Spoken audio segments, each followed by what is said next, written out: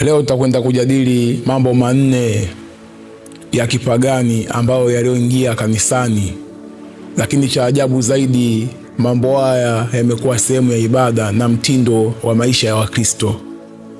Jambo la kwanza tunasema ni mmomonyoko wa maadili. Tunapozungumzia mmomonyoko wa maadili, tunazungumzia swala zima la stara kwa maana ya mavazi. Nguo ama mavazi ni kitu ambacho kinamstiri mtu mwili wake na kumheshimisha, kumfanya aonekane ana stara na maadili mema katika jamii. Lakini cha ajabu zaidi, sasa hivi jamii ya Wakristo wameacha kabisa swala zima la maadili mazuri katika uvaaji. Unakuta Mkristo ama mcha Mungu anasema yeye ni mcha Mungu, lakini namna anavovaa anaenda kinyume kabisa na maandiko matakatifu. Yako mavazi ambayo yanavaliwa yanaonyesha kabisa maungio ya mtu. Yale mavazi anapoyavaa hakuna utofauti kati ya yeye na mtu ambaye asemwamini Mwenyezi Mungu kwa maana ya mataifa. Lakini pia tunazungumza kwa habari nzima ya mavazi ya kiume kwa wanawake. Mwanamke kwa mujibu wa maandiko matakatifu amekatazwa kabisa kuvaa mavazi ya kiume. Kumbukumbu la Torati 22 mstari wake wa 5, Mwenyezi Mungu ametoa maelekezo ya namna mwanamke anavyotakiwa kuvaa, lakini pia amempa katazo kubwa zaidi kwamba mwanamke asivae mavazi ya mpasayo mwanaume, lakini pia hata mwanaume ameambiwa asivae mavazi ya mpasayo mwanamke, kwa maana kufanya hivi ni machukizo mbele za Bwana. Lakini kanisa la leo tunaona kwamba wanawake kuvaa nguo za kiume kwa maana ya jinsi imekuwa ni mtindo wao wa maisha ya kila siku katika ibada. Sasa hakuna ibada ya namna hii ambayo unapuuza maandiko ya Mwenyezi Mungu na kuishi mtindo wa maisha ambao wewe unautaka. Ikiwa Mwenyezi Mungu ameshatoa maelekezo kwa kila mmoja, kwa kila Mkristo, namna atakavyoenenda kwa kila jambo. Kwa mavazi ya jinsi au mavazi ya suruali ni mavazi ya kiume, sio mavazi ya kike. Umepata wapi wewe kibali mwanamke cha kuvaa jinsi katika mwili wako? Biblia nzima kuanzia kitabu cha Mwanzo mpaka kitabu cha Ufunuo, hakuna anayempa tiketi mwanamke kuvaa nguo za kiume au kuvaa nguo za jinsi. Maandiko haya mmeyatoa wapi kwa mujibu wa maandiko na au kitabu cha Biblia? Kwa hizi ni mila za kipagani ambazo zimeingia kanisani, ambazo ziko kinyume na maandiko matakatifu. Ndio maana tunasema swala zima la maadili au mmomonyoko wa maadili umekuwa mwingi sana katika ibada za Wakristo au kwa wacha Mungu wa sasa. Kwa hiyo hili jambo ni la kuangaliwa sana. Hakuna imani ya rohoni tu, isipokuwa matendo yanakuwa mbali na Mwenyezi Mungu. Kwa hiyo hili jambo la mmomonyoko wa maadili kwenye eneo zima la mavazi, hii ni kilio kikubwa sana kwa wacha Mungu na Wakristo wale wanaojiita Wakristo ama wacha Mungu. Wapo kinyume na maandiko matakatifu. Lakini pia jambo la pili, kwa mujibu wa maandiko matakatifu na tunavyoona mwenendo wa makanisa ya sasa au wacha Mungu wa sasa, tunaona kwamba ibada za masanamu zimeingia makanisani. Tunapozungumza kwa habari ya ibada za masanamu, sasa hivi tunaona Ukristo umevamiwa. Kwamba tunapozungumza kwa habari ya masanamu, kwanza lazima tuelewe masanamu yako ya aina tatu. Kuna sanamu la kuchonga, sanamu la kuchora na sanamu la picha. Tunaposema kwamba Roma ni Katoliki, sio kanisa la Mwenyezi Mungu kwa maana ya masanamu, wamekeuka amri ya pili ya Mwenyezi Mungu, kitabu cha Kutoka 20 kuanzia mstari wake ule wa 4. Basi pia haina maana kwamba hata madhehebu mengine ya Kiprotestanti na makanisa mengine basi yameepuka jambo hilo.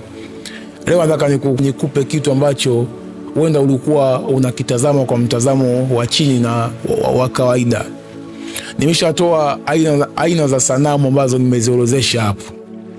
Roma wao wana sanamu la kuchonga kwa maana ya misalaba ile wanaivaa, mengine wanaining'iniza makanisani.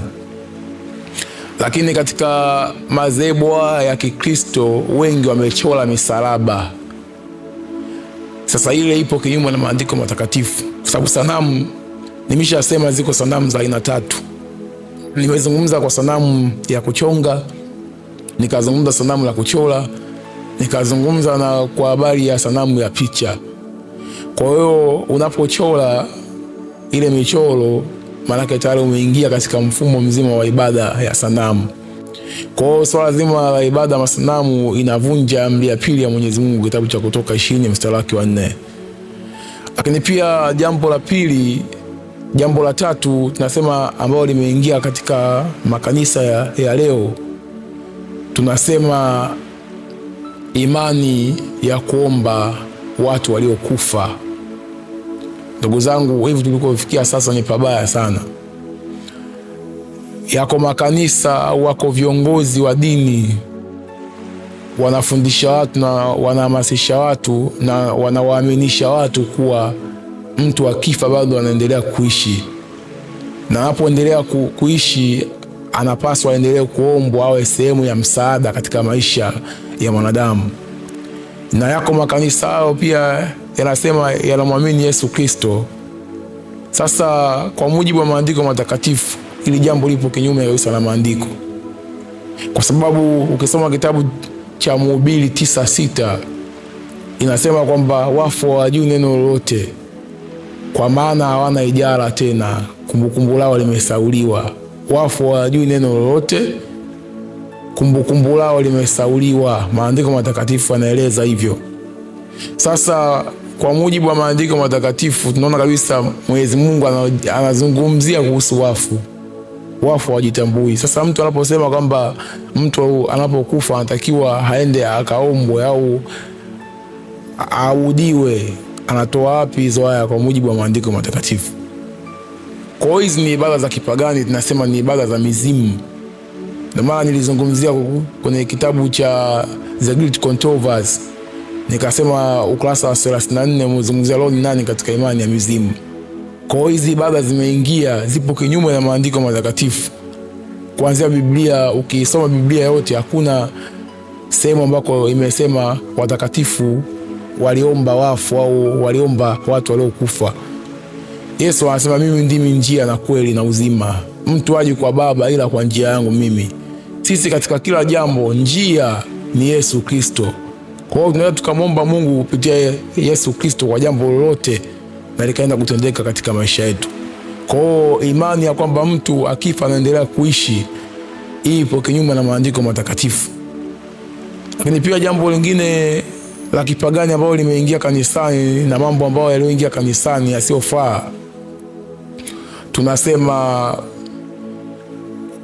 kuheshimiwa kwa kupitiliza kwa viongozi wa dini mpaka kufikia hatua kuabudiwa, na kudharauliwa kwa maskini, kwa watu wenye hali ya chini.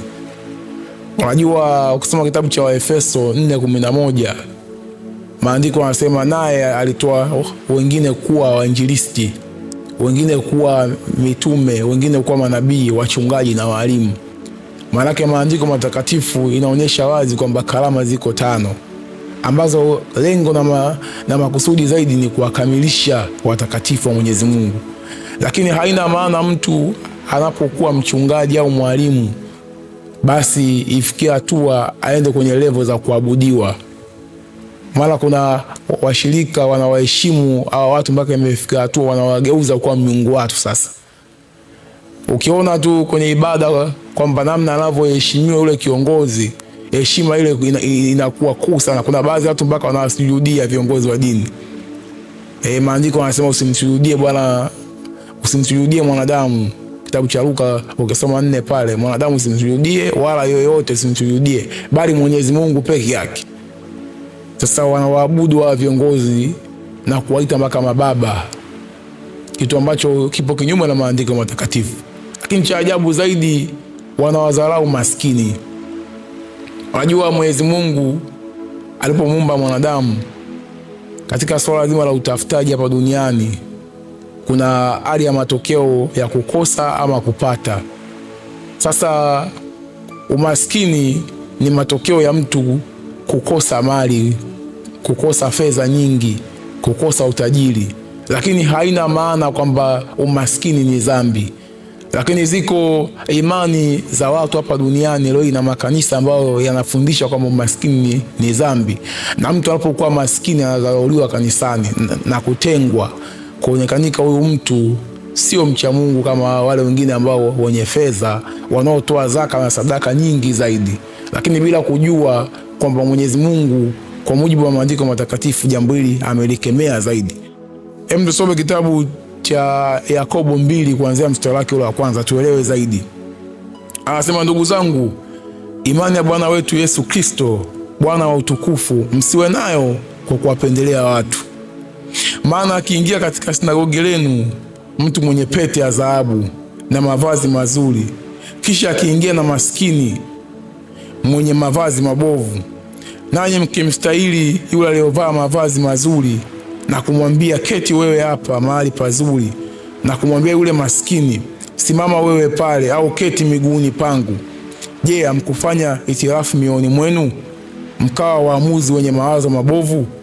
Ndugu zangu wapenzi, sikilizeni. Je, Mungu akuwachagua maskini wa dunia wao matajiri wa imani na warisi wa ufalme aliowaahidia wampendao? Bali ninyi mmemvunjia heshima maskini. Je, matajiri hawaonei ninyi na kuwavuta mbele ya viti vya hukumu? Sasa maandiko matakatifu yameshaonya jambo hili kwa ufasaha zaidi, kwamba maskini anatakiwa heshimiwe. Ibada za kuwatenga watu na kusema umaskini ni dhambi, hiyo ipo kinyume na maandiko matakatifu. Ni matokeo ya kukosa, hakuna dhambi katika umaskini. Kwa hizi imani au ibada hizi ni ibada za kipagani ambazo zimeingia kanisani, ziko kinyume na maandiko matakatifu kwa mujibu wa Biblia. Na ndio maana nikaandaa somo hili kwamba mambo manne ya kipagani yaliyoingia kanisani ambao yako kinyume kabisa na maandiko matakatifu. Jina langu naitwa Justin Protas Likolile, na kukaribisha sana katika channel yetu hii. Kama hujafollow hii account au kusubscribe, basi subscribe hii channel ili tuendelee kupata masomo mengi zaidi